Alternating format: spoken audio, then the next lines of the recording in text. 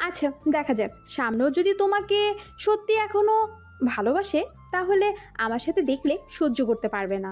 কারণ কোনো মেয়েই স্বামী আর বয়ফ্রেন্ডের ভাগ অন্য কাউকে দিতে চায় না। লাঞ্চ শেষ করে কাজ করতে লাগলাম।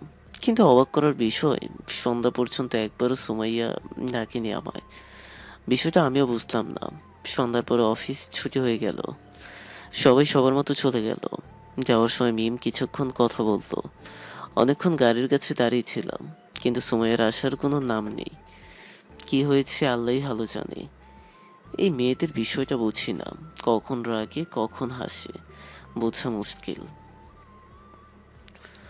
কিছুক্ষণ পর অপেক্ষার অবসান ঘটিয়ে সুমাইয়া আসলো। কি ব্যাপার, এত দেরি হলো কেন? কোনো কিছু না বলে গাড়িতে উঠলো। আমিও আর কিছু না বলে গাড়ি চালাতে শুরু করলাম। একটু পর আমি বলতে শুরু করলাম, কিছু কি হয়েছে? এভাবে মন খারাপ করে আছো কেন? আমাকে বলতে পারো, সম্ভব হলে সমাধান করার চেষ্টা করব। না, কিছু হয়নি। আচ্ছা অব্র, তোমাকে একটা কথা বলি। হুম, বলো। কিছুক্ষণ চুপ থাকার পর বলল, আচ্ছা থাক, অন্য একদিন বলবো। তখন নিজের তখন টাকা কিসের জন্য চাইলে? কথা ঘুরাচ্ছ কেন? যা বলার সরাসরি বলো, পরে কিন্তু সময় পাবে না। আমার কথা শুনে সোয়া কিছুক্ষণ অবাক হয়ে আমার দিকে তাকিয়েছিল। তার চোখটা দেখে মনে হচ্ছে আমাকে কিছু যেন বলতে চাচ্ছে, কিন্তু কিসের হয় যেন বলছে না। বললাম তো পরে বলবো, বাদ দাও। আমি যে প্রশ্নটা করলাম সেটার উত্তর দাও। ঠিক আছে, তোমার ইচ্ছা। টাকাটা বাড়িতে দেয়া লাগবে।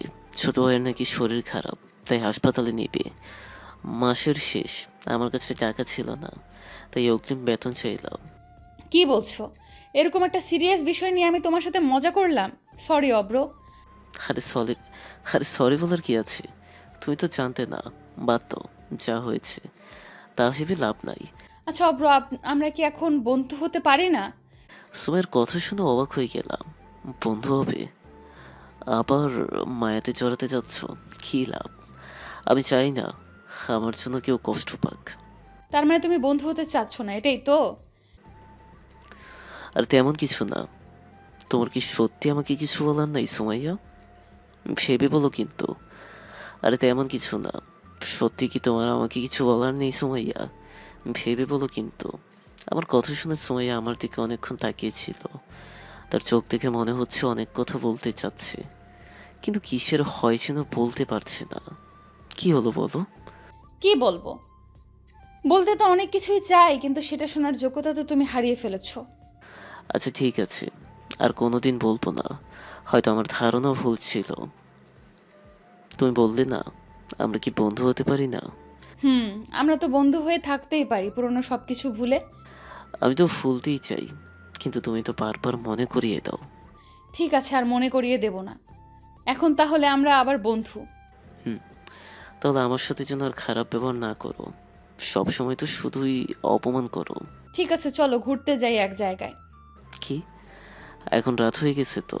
তো কি, সমস্যা নাই, বাড়িতে আমি ফোন করে বলে দিব। চলো তো। কিন্তু এত রাতে কোথায় যাবে? আরে চলো, আগে গেলেই দেখতে পারবে। তুমি এখন ড্রাইভিং সিট থেকে নামো। কেন? ড্রাইভিং সিট থেকে নামলো, গাড়ি চালাবে কে? কেন আমি? আমি কি পারি না নাকি? তাই নাকি? তুমিও গাড়ি চালাতে পারো? আগে জানতাম না তো। হুম, আমিও পারি। আমেরিকাতে শিখতে হয়েছিল। তুমি এখন নামো। তারপর সুমাইয়া গাড়ি চালাতে লাগলো। আমিও পাশের সিটে ছিলাম। রাতে গাড়ির হেডলাইটের লাল আলোতে সুমাইয়াকে খুব সুন্দর লাগছিল। মনে হচ্ছিল হারিয়ে যাই এক নতুন জগতে। কত আনন্দ করতাম আগের দিনগুলোতে। দুজন দুজনকে ছাড়া থাকতেই পারতাম না। কত হাসি ঠাট্টা, রাগ, অভিমান, সব মিলিয়ে আনন্দময় সময় পার করতাম। খুব মিস করছি সেই দিনগুলো। কি ব্যাপার অভ্র, কোনো কথা বলছো না যে? কি ভাবছো এত? না, কিছু না। জানো সুমাইয়া, আগের দিনগুলোর কথা খুব মনে পড়ছে। খুব মিস করতেছি। আবারও পুরাতন কথা তুলছো? সব ভুলে এখন আমরা নতুন বন্ধু।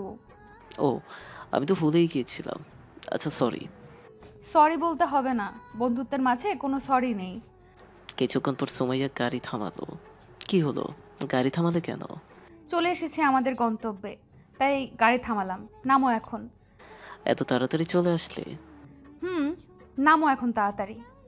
গাড়ি থেকে নেমে অবাক হয়ে গেলাম। এটা তো আমার আর সুমাইয়ার পছন্দের জায়গা। আগে প্রতিদিনই এখানে আসতাম, কত হাসি ঠাট্টা করতাম এখানে, একসাথে বসে ফুচকা খেতাম, রাতে দুজন দুজনের হাত ধরে হাঁটতাম। কিন্তু কিছুই বুঝলাম না, সুমাইয়া আমাকে এখানে নিয়ে আসলো কেন? কি বোঝাতে চাচ্ছে ও? কি ব্যাপার সুমাইয়া, কোথায় নিয়ে আসলে তুমি? কেন, তোমার ভালো লাগেনি? আগে না বলতে অনেক ভালো লাগে তোমার এই জায়গা, কিন্তু আজ এমন কথা বলছো কেন? আমি সেটা বলিনি সুমাইয়া, অনেকদিন হলো এখানে আসা হয় না, সময় পাইনি। ও, তবে আমি প্রতিদিন এখানে আসতাম। যখন বিদেশে গেছিলাম খুব মিস করতাম এই জায়গাগুলো, জায়গার মানুষগুলোকে। বিদেশ থেকে আসার পরেও প্রতিদিন আসতাম, তবে আগের মতো আর ভালো লাগে না এখানে আসতে। কেন ভালো লাগবে না কেন? এমনি, বাদ দাও, চলো একটু ঘুরে আসি। চলো। তারপর দুজন হাঁটতে লাগলাম সেই মায়া চড়ানো রাস্তা দিয়ে। সত্যি বলতে অনেক ভালো লাগছিল। আমি কখনো ভাবিনি এমন দিন আবার আসবে আমার জীবনে। অভ্র, একটা কথা বলি। বলো। তোমার হাতটা একটু ধরি। সুমাইয়ার কথা শুনে কিছুক্ষণ তাকিয়ে থাকলাম ওর দিকে, তারপর হাতটা বাড়িয়ে দিলাম। হাতটা এগিয়ে দেওয়ার সাথে সাথে খুব শক্ত করে ছড়িয়ে ধরলো, মনে হচ্ছে ছাড়বে না আর। আমি আর কিছু বললাম না, আবার হাঁটতে লাগলাম দুজন। আচ্ছা অভ্র, ওই দিনের কথা তোমার মনে আছে? কোন দিন? কিসের কথা বলছো তুমি? 31 জানুয়ারি দুজনের এখানে দেখা করার কথা ছিল। আমার বার্থডে ছিল, মনে পড়ছে সেদিনের কথা? তার কথা শুনে আমার বুকের মধ্যে কেমন জানি চমকে উঠল। সেই দিনটার কথা মনে পড়লে এখন আমার শরীর ঠান্ডা হয়ে যায়। সেদিন বুঝেছিলাম বাবারা কেন কাঁদে না, কতটা দায়িত্ব থাকে তাদের ওপর। কি হলো, চুপ করে আছো কেন? না, কিছু না, বাদ দাও না ওসব। কি লাভ সেই পুরনো কথা তুলে? সব কি ঠিক হবে আগের মতো? তা হয়তো হবে না, কিন্তু জানো অভ্র, সেদিন না তোমার দেওয়া শাড়ি পরে এসেছিলাম, অনেক আশা নিয়ে এসেছিলাম। সন্ধ্যা পর্যন্ত তোমার জন্য অপেক্ষা করেছিলাম, কিন্তু তুমি যখন সন্ধ্যার পরে আসলে না, আমার তখনও বিশ্বাস হচ্ছিল না তুমি আজ আসবে না। কিন্তু শেষে আমার বিশ্বাসটা ভেঙে গেল। আমি অনেক স্বপ্ন দেখেছিলাম সে দিনটা নিয়ে, কিন্তু ভাগ্যের পরিহাস, সেদিন তোমার কাছে আসতে পারিনি। সেদিন আসতে পারোনি তো কি হয়েছিল? তারপরে তো আসতে পারতে। আমি কি তোমাকে মেরে ফেলতাম নাকি? তারপরেও প্রতিদিন তোমার জন্য অপেক্ষা করতাম। আমার বিশ্বাস ছিল তুমি আসবে, কিন্তু পরের বিশ্বাসটা ভেঙে দিয়েছিলে। তোমাকে পরে একদিন সব কিছু বলবো, এখন বাদ দাও এসব। চলো ফুচকা খেয়ে আসি, তোমার না ফুচকা অনেক পছন্দ। তোমার মনে আছে? চলো তাড়াতাড়ি। চলো। তারপর সময়ের সাথে ফুচকা খেতে গেলাম। সেই আগের ফুচকাওয়ালা মামাই আছে, আমাদের দেখে সহজেই চিনতে পেরেছে। অনেক গল্প করতাম মামার সাথে। মামা আমাদের দেখে একটা হাসি দিয়ে বলতো, আমি অনেকদিন পর দেখলাম মামা আপনাকে, কেমন আছেন? সময়ের কথা শুনে মামা একটা হাসি দিয়ে বলল, ভাইজান, এতদিন কোথায় ছিলেন? সেই কতদিন আগে আপনাকে দেখছিলাম, চিনতেই তো পারছি না। ভালো আছি। আপনারা যাওয়ার পর থেকে আর ভালোই লাগে না। কি হয়েছিল ভাইজান? প্রতিদিন দেখতাম আপামনি আপনার জন্য এখানে বসে থাকতো। আরে মামা, এসব বাদ দেন, আগে ফুচকা দেন তো, অনেক দিন হলো খাই না। আপামনি দিতেছি, থামেন। আপনাদের জন্য এখন আমার স্পেশাল ফুচকা বানাবো। দেন তাড়াতাড়ি। তারপর সুমাইয়া ফুচকা খাওয়া শুরু করলো। সুমাইয়ের ফুচকা খাওয়া দেখে আমি তো অবাক, আমার কথা মনে হয় ভুলেই গেছে। 2 প্লেট খাওয়ার পর আমার দিকে নজর দিল। কি হলো, এইভাবে চেয়ে আছো কেন? কই না তো, তোমার খাওয়া দেখছিলাম, সেই আগের মতোই আছো। ফুচকা পেলে আমাকে ভুলে যাও। আচ্ছা মামা, কত বিল হয়েছে? আরে মামা, কি বলেন? এতদিন পরে আসছেন আর আমি আপনাদের থেকে বিল নেব? তো বিল নেওয়া লাগবে না মামা, টাকা দিয়ে কেনা সব আপনার, লোকসান হবে। কথা বাদ দিয়ে বিলটা নেন। নিতে চাইলো না, কিন্তু জোর করে দিলাম। আসার সময় মামা বলল, ভাইজান, এখন থেকে প্রতিদিন আসেন, এখানে আপনাদের ছাড়া খুব ফাঁকা ফাঁকা লাগে। আচ্ছা মামা, চেষ্টা করব। আগের মতো আর নাই মামা, কাজে ব্যস্ত হয়ে গেছি। তা তো বুঝতেছি ভাইজান। তা আপনারা কি বিয়ে করেছেন? মামার কথা শুনে কি বলবো বুঝতে পারছি না। দেখলাম সুমাইয়া অবাক হয়ে তাকিয়ে আছে। না মামা, এখনো করিনি, তবে সামনে বিয়েটা সেরে ফেলবো। ও আপনাদের কিন্তু খুব সুন্দর মানাবে ভাইজান। তাই নাকি? দোয়া করবেন মামা। আসি তাহলে।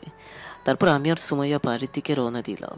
এবার গাড়িটা আমি ড্রাইভিং করতে লাগলাম, কিন্তু এখন আর সুমাইয়া কোনো কথা বলছে না। এর বিষয়ে কিছুই বুঝি না।